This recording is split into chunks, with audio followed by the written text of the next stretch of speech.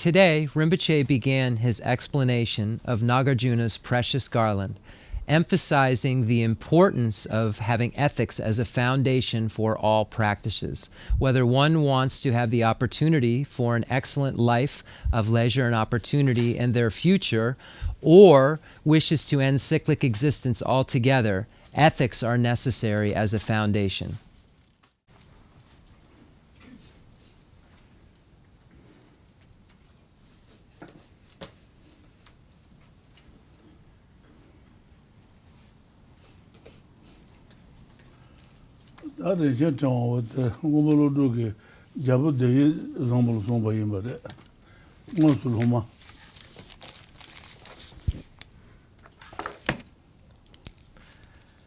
So today we'll be looking at the text called The Precious Garland by Nagarjuna.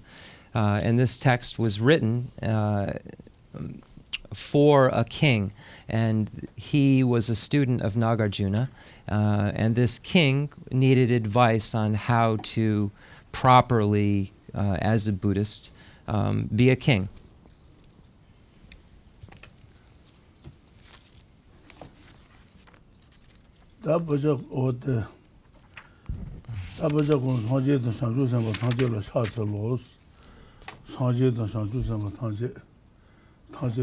Lesser.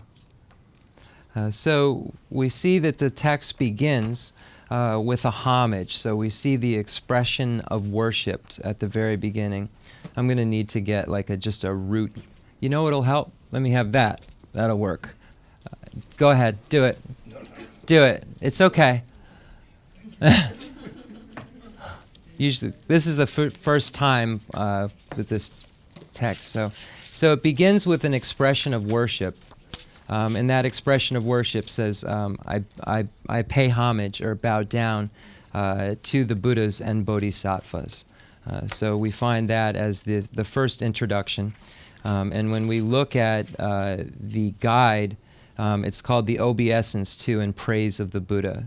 So this is the first part. So we'll figure out a way to make copies of all these different sections, so it'll be everyone will have a handout and it'll make sense. But it was really up till today where we were deciding which text we were going to use and so forth. So the first part of the text that says, I bow down to the Buddhas and Bodhisattvas, is the expression of worship or homage. Diksong Rinpoche.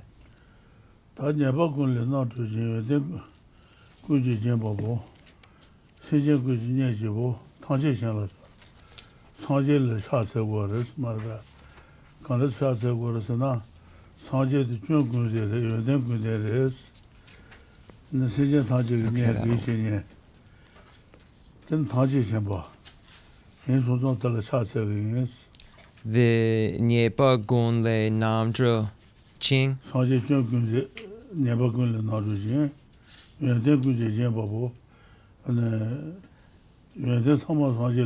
Less so.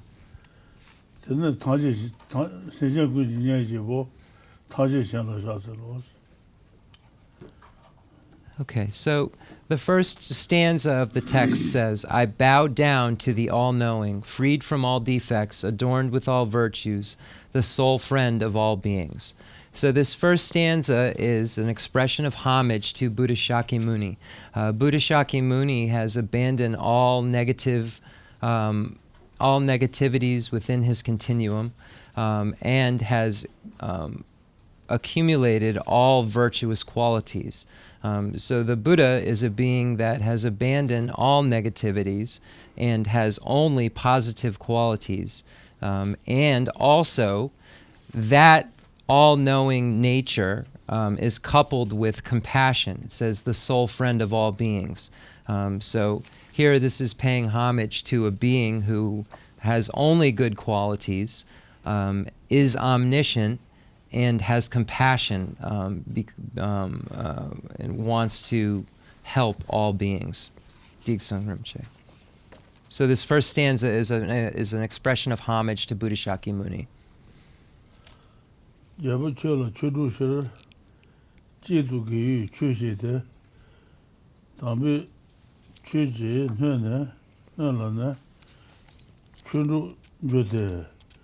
Kanji las. Chudamja. Jabu chola chodu she jabu deje zombo. The Chupa Jupa. Chidu gi chushe de tambi chushi nyola ne. Jabu deje zombo de chusung zang nyorung le diwa res. Nyola ne chodu jote kanji las. Nyodu rungwa yin zang tala tene drebu choyung res. Kanji la. Tambo ngaba tuyi chu shene ngaba lenjung wawa. Tambo ngaba tuyi chu ngi chubung sudin tang changdu tu su song res. Shene ngaba yung nganjung samba. An tala tene nganjung samba cheng res. Kanji ngaba tutu ne rinji ngaba leba ngadu hada me tena tu ne tena taba tanji jaba tutu gres oto zon denzer The stisku. Ngompar dopar chu the jema. The Sanjay Gecheshe, the Tarpa Garyena, the Teme Dan Techen Tarpa. ngaba tu da hada me tena sagro Leso. ngaba tu chu tu tela tena ane taba tu gres shine ngaba leba Ngepa Lepa Tarpa. taba dan tanji jaba. Okay, so I bow down, so it begins, I bow down to the all-knowing, freed from all defects, adorned with all virtues, the sole friend of all beings. Here this is talking about Buddha Shakyamuni, who has abandoned all negativities and has acquired all excellent qualities, and abandoned the obstructions to omniscience, so he or she, in this case, he is all-knowing. Then it says, O king, I will explain practices solely, virtuous, to generate in you the doctrine, for the practices will be established in a vessel of the excellent doctrine. So here is a promise to compose by Nagarjuna. He's promising the king Deshe Zampo that he's going to compose a text which will show him how to engage in virtue, according to what Buddha has taught. Here, this is the promise to the king that I will explain this to you. It says, then, in one who first practices high status, definite goodness arises later. For having attained high status, one comes gradually to definite goodness. So here, this is speaking about the teachings that of engaging in ethical behavior and so forth, which you find in the preliminary practices. As a translator's note, you find them in the teachings for beings of small capacity.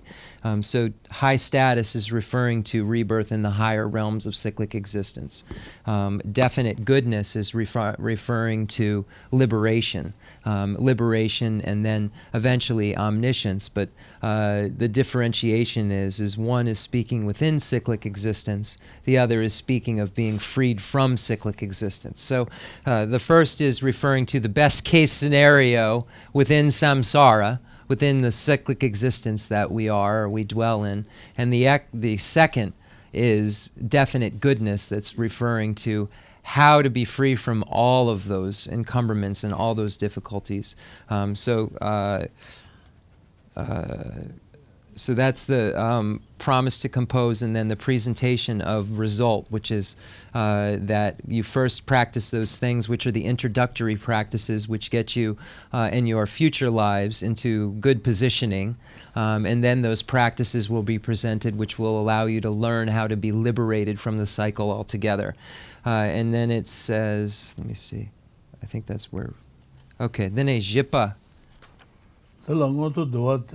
Awesome. This is going to work. Less so.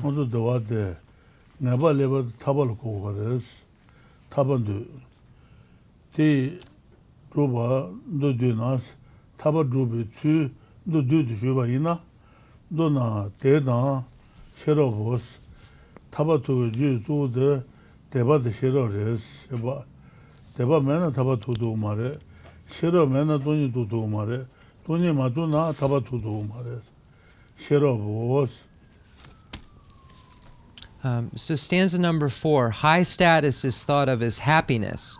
Definite goodness is liberation. The quintessence of their means are briefly faith and wisdom. So whether one is aiming for the introductory levels of result and is just looking for what is thought of as happiness within our realms, we think of the humans and the higher realms of cyclic existence as a state of happiness compared to the lower realms. So just as a translator's note, in Buddhism believes there are 3 lower realms and 3 higher realms. 3 lower realms are the hell-hungry ghost and animal realm. The 3 higher realms are the human, demigod, and God's realms. So according, this is referring to a practitioner who wishes to only be reborn into those higher realms. And it says that someone dwelling in cyclic existence thinks of that as happiness, even though one who has studied further realizes that that's has obvious, as we all know, because we dwell in it, is also states of suffering. Once one learns that, one wishes to be liberated from it altogether.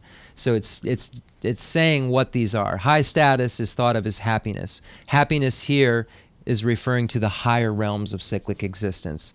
Definite goodness as liberation. So definite goodness here, Nagarjuna is saying, what I mean by definite goodness is liberation or enlightenment. So liberation is divided into 2 categories, the Hinayana liberation and Mahayana liberation. Mahayana liberation is Buddhahood. Hinayana liberation is just one's own individual freedom for themselves alone without the aim or ability to completely help others. So it's a more selfish liberation where one is only wishing to be free for themselves alone, whereas that's the Hinayana. The Mahayana liberation is wanting to be free from cyclic existence in order to be of utmost benefit for other beings so that all beings can be free from cyclic existence. So it says the quintessence of their means are briefly faith and wisdom. So whether you are aiming for just higher realms of cyclic existence or aiming for the cessation of having this birth over and over again altogether, you need to have faith and wisdom, because faith is what gives you the motivation to kind of begin studying. But wisdom is necessary, because without the wisdom realizing emptiness, you can't cut the root of cyclic existence. If you continue to misunderstand every object that you identify, then you won't be able to figure out why we cling to them and won't get to the root of what binds us. So it says faith and wisdom are at the basis. So you need the faith to believe that doing A, B, and C will give you a better life or get you a good next life. But you need wisdom to be liberated, because you can't cut the root of cyclic existence without wisdom. You can have a better next life, but you can't cut the root of cyclic existence. So that's what stanza number 4 refers to. Digson Rinpoche, ngapa.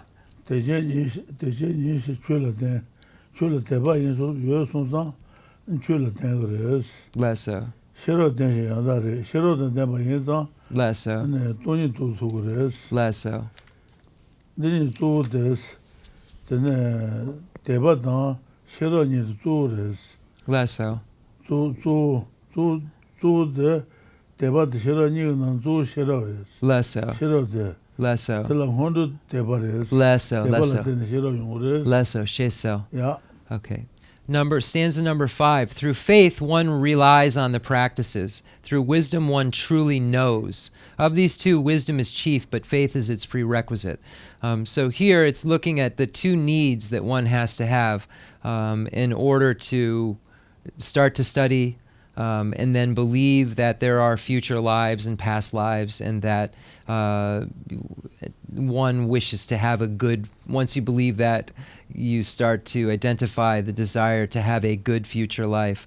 That requires faith.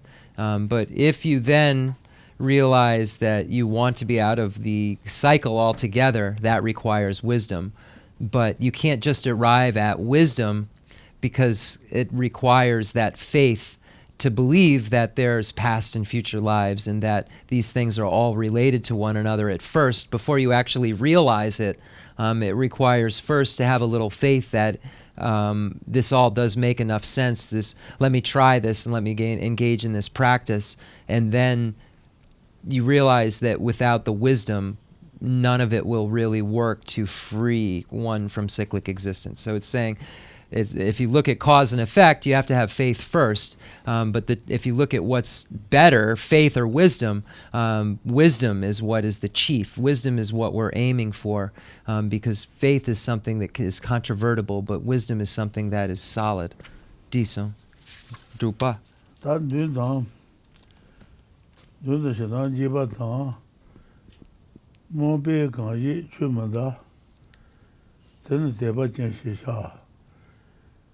Naba lebe noju is tabal teba yoba yina tabal teba yoba yina and taba maswa ge so chud joba deres naba lebe noju yin kanji longa yejile tanje leba nota de da jela pensione dato leva tekeba monsieur bazan I see. This is better. Kobondan yeji chuma bondan lodan tamade chedu ni dan mare bhawa yada don mage jubon suti abuson uruson de Yanda dom. Majel mawa yanda dom de kasun. mage jubon suti abuson uruson. Okay. So then it says, one who does not neglect the practices through desire, hatred, fear, or bewilderment is known as one with faith, a superior vessel for definite goodness. So when we look at one who has faith that is aiming for this high status, and the practices that are necessary to achieve high status, those preliminaries of ethics and so forth, and the abandonment of hatred, and abandonment of the fear and so forth. One who does that sets themselves up to be an excellent vessel for the higher practices. So one who engages in those practices that it says are necessary to do in order to have a good next life, in order to have a good rebirth, those practices also set the practitioner up to be able to get out of cyclic existence altogether, because ethics and lack of hatred and love and so forth are what are necessary in order to be free from cyclic existence and to become a Buddha eventually. So it's saying that those practices which seem to be preliminaries are actually prerequisites for the higher practices. One who does not neglect having analyzed well all deeds of body, speech, and mind, those who realize what benefits self and others and always perform these are wise. 6, 7, 8. Not killing, not stealing, forsaking the mates of others, refraining completely from false, divisive, harsh, and senseless speech, forsaking covetousness, harmful intent, and the views of nihilists. These are the 10 gleaming paths of actions. Their opposites are dark. So when we look at the introductory practices of Buddhism, and we look at, as a translator's note, the teachings that are shared in common with beings of small capacity, we see that those practices are going for refuge to the Buddha, the Dharma, and the Sangha, so that's engaging in faith, and then engaging in ethics, which abandon the 10 non-virtuous activities. So when we say that over and over every week, when Rinpoche says the ethics that abandon the 10 non-virtuous activities, that's what's referring to here. These are the 10 non-virtuous activities. There are 3 non-virtuous activities of the body, 4 non-virtuous activities of the speech, and 3 non-virtuous activities of the mind. So killing, stealing, and adultery, or sexual misconduct, in this case, that's what sexual misconduct means, but it's translated as sexual misconduct, are the 3 non-virtues one abandons of the body. The 3 non-virtues one abandons of the speech are lying, divisive speech, harsh speech, and gossip. So these are the 4 things that are to be abandoned of the 4 speeches that one abandons. And then there are 3 negativities of the mind that one abandons. Covetousness, harmful intent, and then it says the views of nihilists. That's referring to wrong view. So the covetousness, harmful intent, this intent to harm others, and having wrong view are what would be considered non-virtues of the mind. So these 3, 4, and 3 make up for a total of 10 non-virtues, and when one abandons them, it's called the ethics that abandons the 10 non-virtuous activities. So this is where Nagarjuna begins with the preliminaries. Nagarjuna says, in the preliminaries, you first have to be ethical.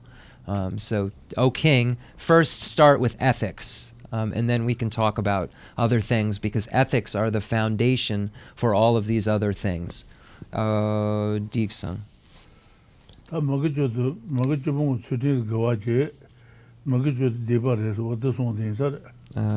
Let's go. The Jupa lesson.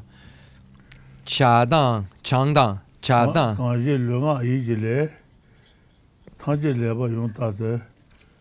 The Rimsh.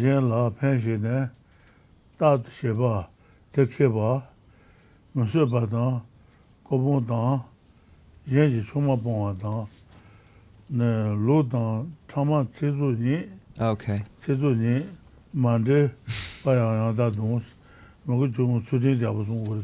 Lapsa, Yabo Lasa. Yeah. Chadang. That Chadang, nothing. The Chadang, nothing, Mabala. Niji Tawa Yungbongwa. where am I? Dada Lelang, Oh, here we go. Lelang, Kajute, Gawacho. Kajute, Nobody Nabile, Magawacho Nabile res. Lessa. What the song is?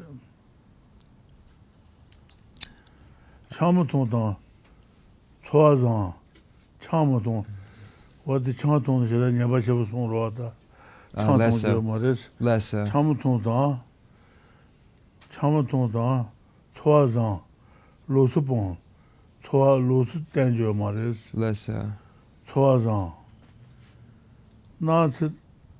Namutsidan, Kujindan, Jen Javadan to Kubat the Jedin Gores, Kujindan, Chui Chudan, Shambate, Dona, Chunen, they Tino, Dona Chunen, Kabi Chui, Taka the Gawachu Dimbare. Lesso. Let's go. Forsaking covetousness, harmful intent, and the view of nihilists. These are the 10 views, 10 white paths action. Their opposites are black. So sometimes you'll see white actions, black actions. White actions are referring to virtuous actions. Black actions are referring to non-virtuous actions. Practice does, not drinking intoxicants, a good livelihood, non-harming, considerate giving, honoring the honorable, and love. Practice in brief is that. So if we were to summarize practice, we could say not drinking, have a good livelihood, don't harm anyone, be considerate in your giving, and honor those who are to be honored, and have love in your heart. We could summarize everything by saying just that. Nagarjuna says, Dane Changma Ton the Ludang Jepa. Ludong Sheba Bajile, Chumen, the Tina, Yella Neba, Pomechin, and Yella Pendu Yomayins, Susu Zobel, Kalita Sanjig, Yen Pangmare, and the Raleigh Pangmare on the other. The Garika, the Rinpoche, the Chu Kashe, the Don, Conso the Mangatem Badan, Meje, Jobala Soba, the Shurubazu, Lesso, Then Tulmanyamaro, Shujil, Lesso, the Chikil Dana. Lesso. What the Suzul Gangan Jabazanji, Churigumar Sondes. Lesso. Practice does not mean to mortify the body, for one has not ceased to injure others and is not helping them. So you see practices in other religious traditions where one harms oneself in order to pay a penance or in order to in some way achieve salvation.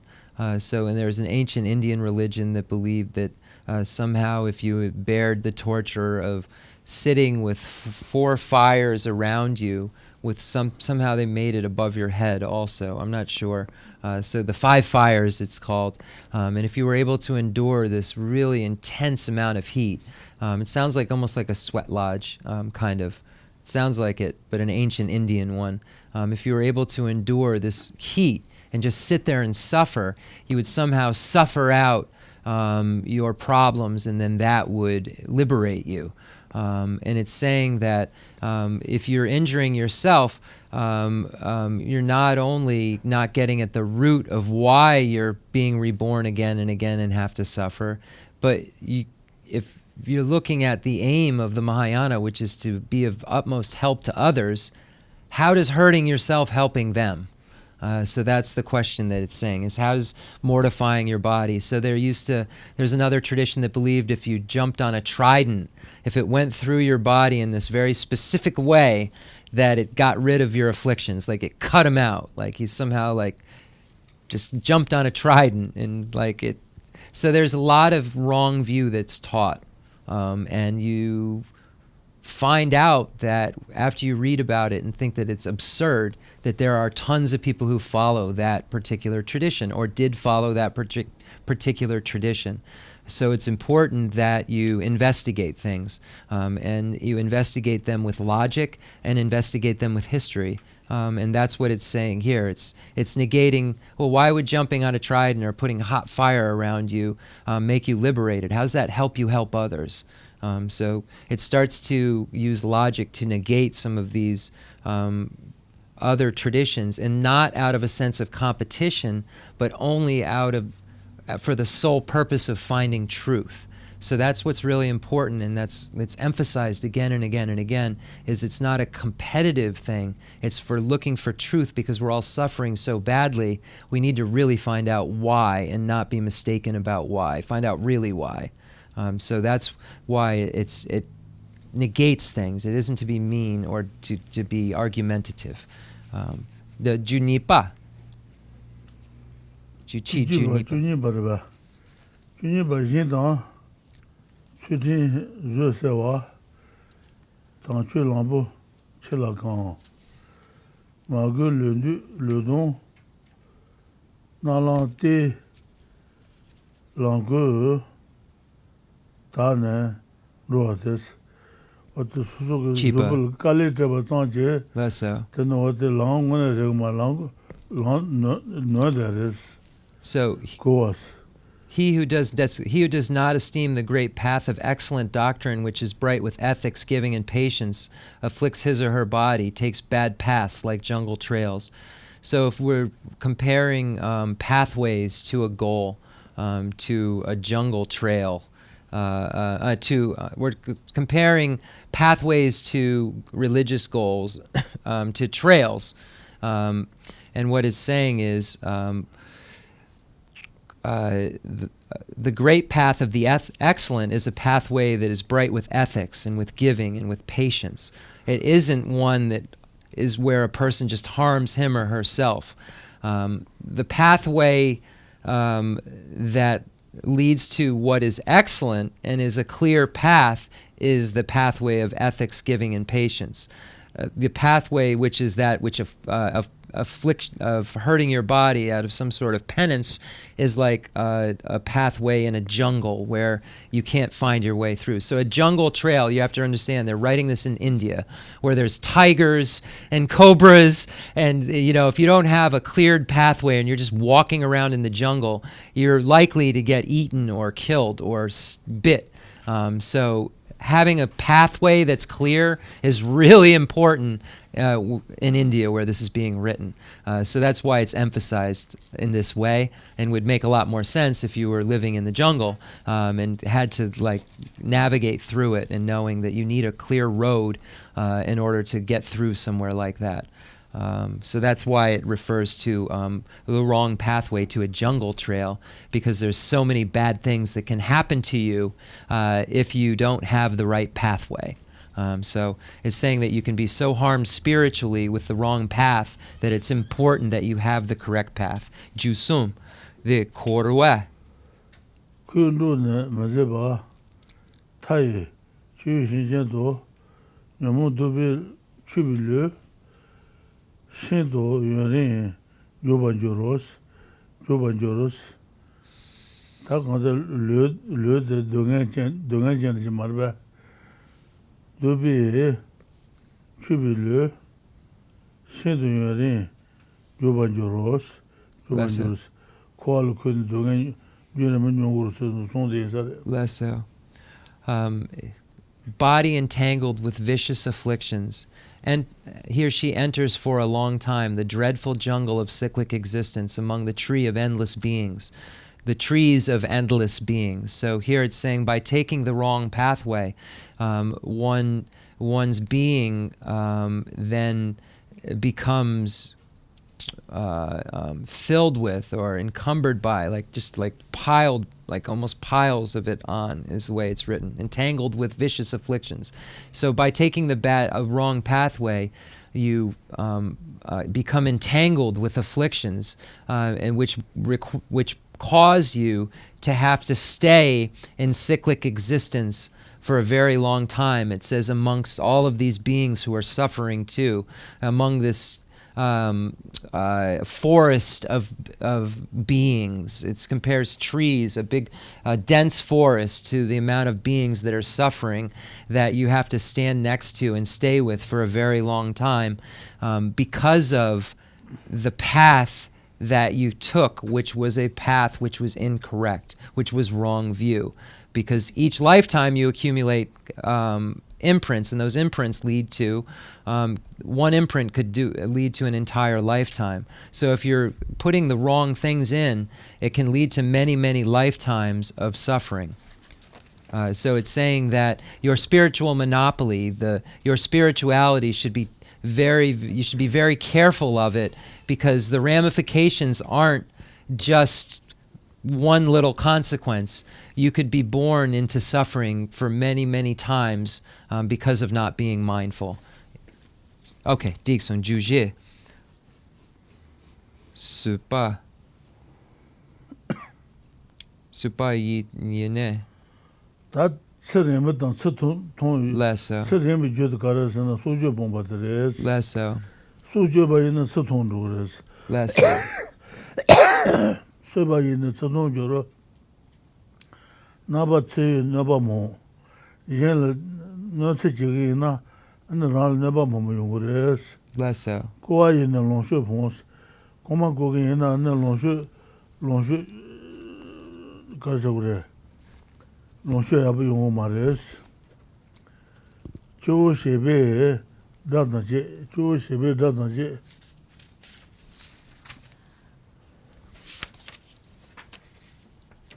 Sundu Mawa. Jundu Mawa. Yeah.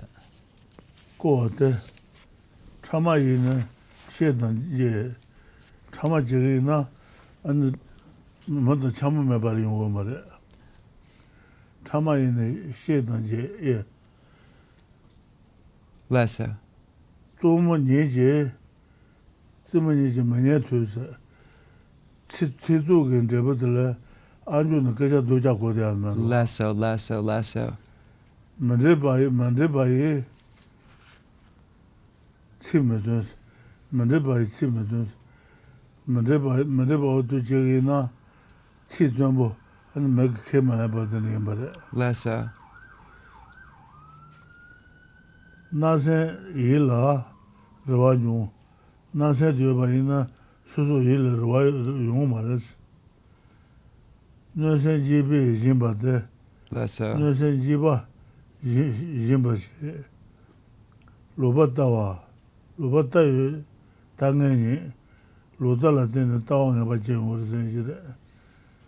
Chandong yin lo trudes. Less so. Lo trudia do the chandong debres. Okay, let's go. NGK lo. Yeah. Okay, so now it goes through the 10 non-virtuous activities and shows what each of those non-virtuous activity does to one's future. So it shows how the 3 non-virtues of the body, the 4 non-virtues of the speech, and the 3 non-virtues of the mind give rise to experience in future lives. So here it shows what those experiences exactly are. So since beginningless time, we've had rebirth. Each moment's consciousness was caused by a previous moment's consciousness.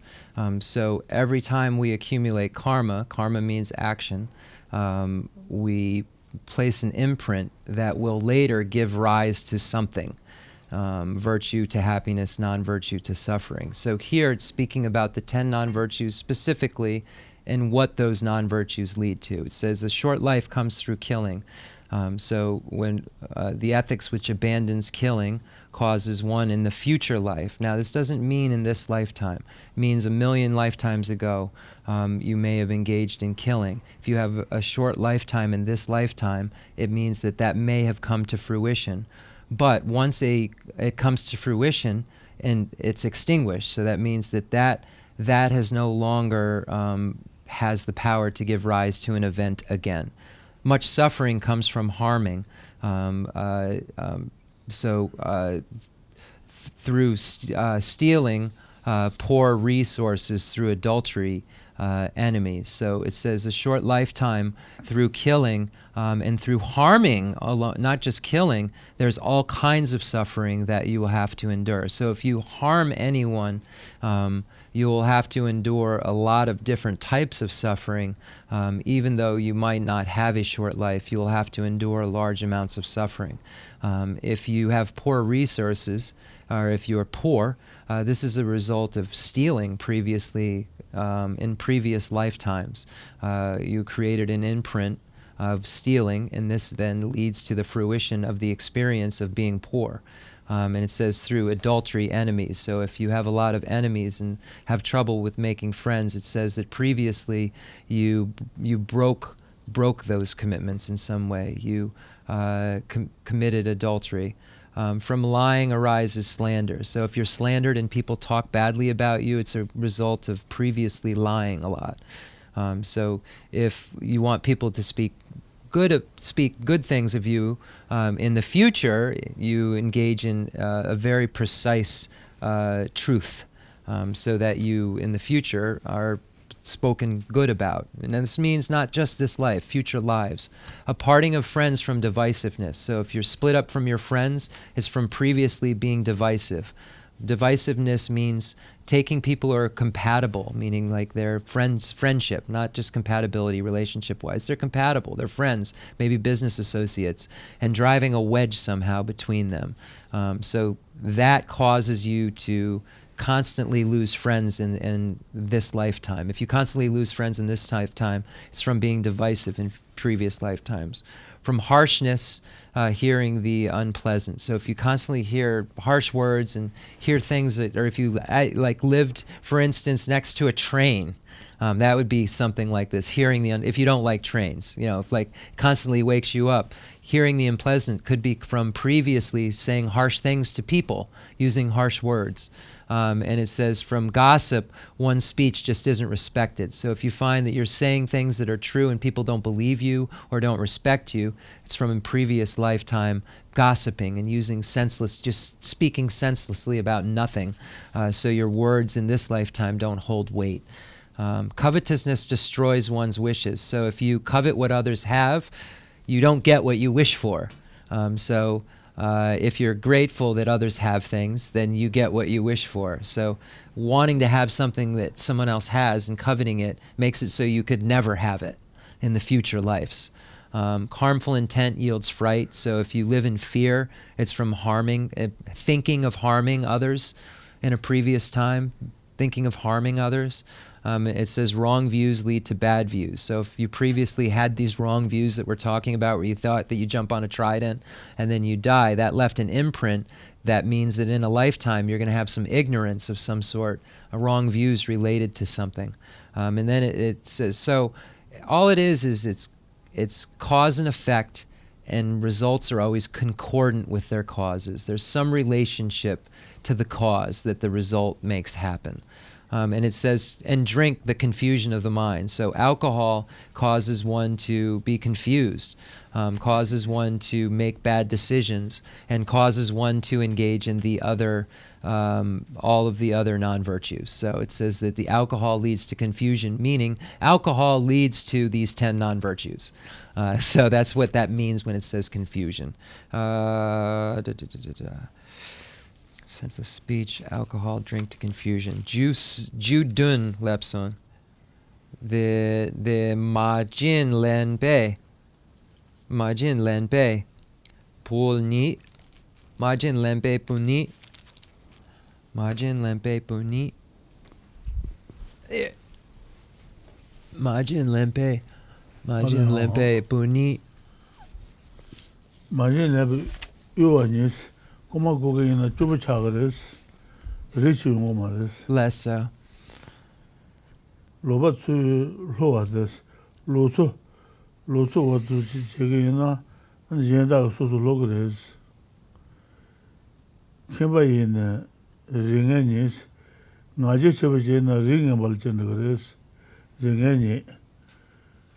Chadu kina zichunga. Chadu rebadala. Jeje chuchungores, jeje chibungmares. Less So so. kadu ngabates. No lamba ina kadu ngabaten no kontruk ndebres. Less so. Zobe jeje chu tambala. Zoba gongina zo zebe yongore. Less so. No langa ina an do ngaba yongores. Less so. Less so. So kadu ngabani. Kila mande Nambanis, Killa Mada, Kibadal Joajina, Tanamajina, and Lombag and Debut, the Kibal de Omajibi. Ale, the kepa dasi madang chewa ja dasi dang kagi. Cushion. Ale, tetsum yomare? Kibal cushion. Kepa ngak tetsum yure, the yurbe? Tatuna Kibal Turo. Okay. Good susu. Okay, so through Dene, the Kangat Losun. Many land driven, many land driven there. Okay. Tag Magajuga driven Narul Jagre. Less so. Yeah. Through not giving comes poverty. So if you were miserly in a previous life, then it causes poverty. Wrong livelihood causes you to be deceived. So if you engaged in some kind of illegal, wrong, lying activity to make for a living in the past, it causes you to be deceived. If you have had arrogance, it causes you to be. It says bad lineage. This is written in the time of like the caste system in India. So your lineage, your family's lineage, meant everything. What you were born into. Were you a Brahmin lineage? Were you a king's lineage? Were you an untouchable? So it really mattered. There's a whole lineage of beings that really people won't associate with. So if you were born into that, it's saying that was from being arrogant before. You were arrogant in a past life, and now look at you. So that's basically what karma does. Through jealousy, you'll have little beauty. So if you're jealous of others, then you won't be beautiful. A bad color comes through anger.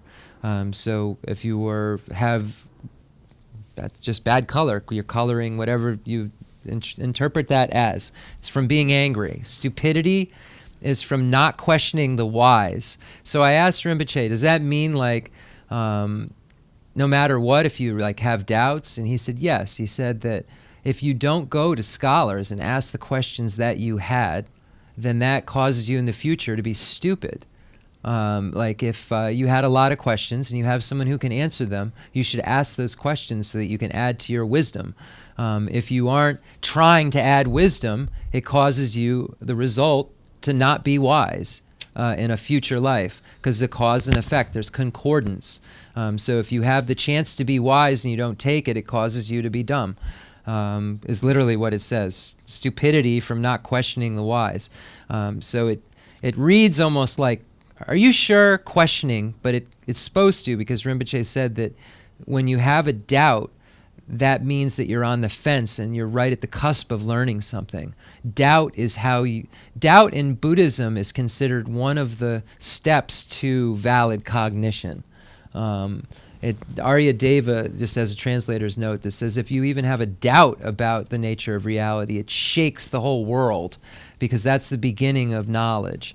So anyway, the wise, the main fruit of all this is a bad migration from humans, for humans. So if you're human right now and you are miserly, have wrong livelihood, or arrogant, jealous, angry, don't question the wise. What this means is that you will have a bad next life. So that's what it says. If you engage in any of these things, it means that you're going to have a bad next life. Not next meaning the next one. It means next, one of the next. Because Buddhism's not always talking about like beginningless lives and endless lives. So when we say next, it could mean like 25 later. It doesn't mean sequentially next. So just be clear when I use those words that I don't mean like next lives means like the next ones coming up. They're coming, those next ones. Then Rinpoche, the Chiran Chishina Triwa Dan Lenja. Okay, so we're going to end right there for today and do question and answer. And then next class we'll have the handouts so people can follow along, and we will try to use Gelsup J's outline, but I'm not sure that's going to happen either. The Gelsup J thing. I know we're going to do the Precious Garland thing, but I don't know if we're going to add that outline. Maybe it's too complicated. We got questions. We got answers. Pass the mic. Get on the mic. Get. Wiki. All right. As a person... Yes, sir. As a person who sort of ended up here, in part because he was very disenchanted with that kind of Protestant idea about faith, where people say, these people are born with faith, they're going to heaven. And these people over here, they don't have faith, they're going to hell. And also, in part because he likes that, that try it for yourself kind of attitude that Buddhism has, and so these principles, put them into practice yourself, see how they work. Yes. I've always sort of been curious about because if you read these Buddhist texts, you see that word faith a lot, but it doesn't seem like it's meant in the same way that they mean it in the West. It seems like more like a conviction. Yes. So I was curious if you could give me like a sort of like an overview of how faith is. Rinpoche, the Kong Triwa, Tepa, the Ganyan Serna, the Yishu, Kanga Tepa Gu, the Kon Dasi Dang Mare, then Gariana, the Chiran Dis Salodang. The Triwa Jagamare, Chiran Triwa Janang Yawa Jogore. Then the Tepa, Ngatsula, the Migloa Tepa, the Migjayo Mare Tepa. Then the Ngampa Tepa, that's Shironang, the Tepa, the Tepa Kandre Cha, Bechalo, then the Lojun, that's then the Yapudu, then a Tepa Sha, Yomarebe. Tabato Taji Shabato, Dendu Tawato, Sukangalo. Less so. The Nampichu, the Dan Yishu, Tepa Kakare. Tepa Chiba Injit. Tepa Yud, Teka Injiro. Less so. I'm going to guard Tepa Chigadua. Less so. And then Nabachina with the guard Tepa Chesa Yud, guard Shagmarwa. The Yishu Jutsin Gugumare got the Consul Hakelen in a Jutsin Lagmare. The Nampi Tepa Jutsin Yengoa. That's Goa. Okay, so when we look at so Rinpoche said that the faith may be like when we look at the faith that someone has in Christianity, or the faith they have in Buddhism, or the faith that they have in anything, that actual faith may be the same, but how one arrives at that faith according to Buddhism may make it a different type of faith. So Rinpoche said that if the faith doesn't have if there's no reason, if there's not reason, then Buddhism says that you wouldn't get to faith. So the faith is based on looking at the presentation of liberation, looking at the presentation of renunciation and bodhicitta, future lives and past lives, and then reading about it, and then coming to the conclusion that that seems to make sense. I think I'll move on to the next step. That's a kind of faith. I have faith that what I've read so far makes enough sense for me to read another book. But it's not blind faith. It's faith that is dependent upon reasoning. So there isn't a blind faith that is presented. Now, culturally, Tibetans are born into Buddhism just like Christians are. And a lot of times they don't know anything about Buddhism. So there are elements of faith that are similar, that are like blind faith, but Buddha didn't teach anyone to do that. You know what I mean?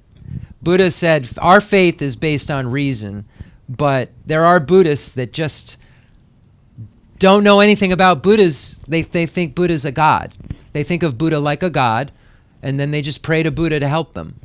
And like culturally, you'll find there's a ton of Buddhists that they live like a Sunday Christian would. I'm not judging it. I'm just saying Buddhism isn't perfect in that every practitioner has this logical basis. That's not the case. There's entire sects of Buddhism that chant one mantra and believe that they'll be born into a Pure Land by doing that without any debate or reasoning behind it, necessarily. And they may be able to be born there. I'm not saying they can't. I'm just saying that there are elements of practitioners who have that kind of faith you're talking about, but Buddha never said to. Thank you. Made sense. Less so. So the object of faith is different, of course, in Buddhism and in Christianity. So Rinpoche is starting to say, so if the object of Christianity is faith, the object of Christianity's faith is God, then Rinpoche would say, see, Rinpoche is looking at it the way Buddhists would look at faith. He's saying, then one would question, where is God? Who saw God? What is God made from? Where did God come from? So then that would, if you could answer those questions to your satisfaction, then that faith would be similar. And then you had faith in God, that faith would be similar to Buddhists' faith. So Rinpoche is just saying that that's how a Christian would get the faith we're talking about. Yeah. Yabudu. Anyone else have a question? That's it? We're good? We're tired? All right. Khensur Kali Kaso and Shishena.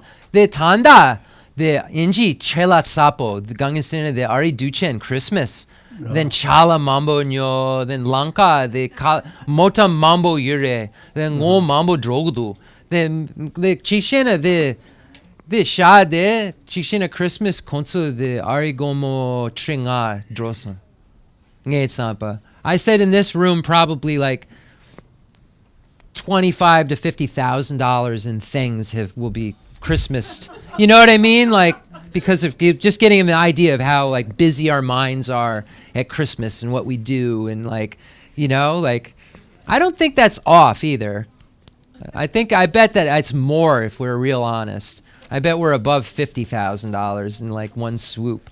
If you the gas to get to the place, the plane ticket, I have faith in that, based on reason. All right, are we good? We're no questions, right? We sure? So Rinpoche, tu chena, the Uma Rinchen Chrenwa Gut Soson, Dendel Yapu Jong, Ngatsu Lo Mambo, the Uma Rinchen Chrenwa Sunchana Gu, and Tearing Gut Soson, tu chena, Dendel Yapu Jong. Then Tuji Rinpoche, then Ngatsu Uma Rinchen Chrenwa Kanga Chiro Nang. Yeah. Now he's locked in. I told him he has to teach the whole thing now. So we got that going for us. All right, right on. Concluding mandala offering and dedication prayer. And Let's see.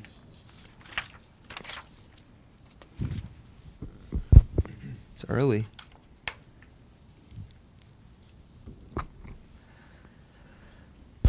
The fundamental ground is scented with incense and strewn with flowers, adorned with Mount Meru, the four continents, the sun, and the moon. I imagine this as a Buddha land and offer it. May all sentient beings enjoy this pure realm. I dedicate whatever virtues I have collected for the benefit of the teachings and of all sentient beings, and in particular for the essential teachings of Venerable Losang to shine forever. I send forth this jeweled mandala to you, precious Guru. I dedicate all this virtue to emulate the knowledge of the hero Manjushri and likewise Samantabhadra as well. With whatever dedication is praised as supreme by all the conquerors who traverse the 3 times, I also dedicate all my roots of virtue for the sake of auspicious deeds.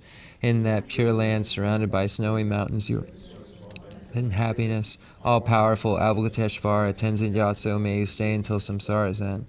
I pray for the long life of the precious Khensur Wandak, upholder of scriptural and realizational doctrines, spiritual friend who trains extensively in the 5 great philosophical texts with exceptional wisdom and perseverance. Tuji Rinpoche Gusi Shapi Deron Lang Atsu Umarin Chenmo Kanga Chiro Nang Shera Yapel Du. 야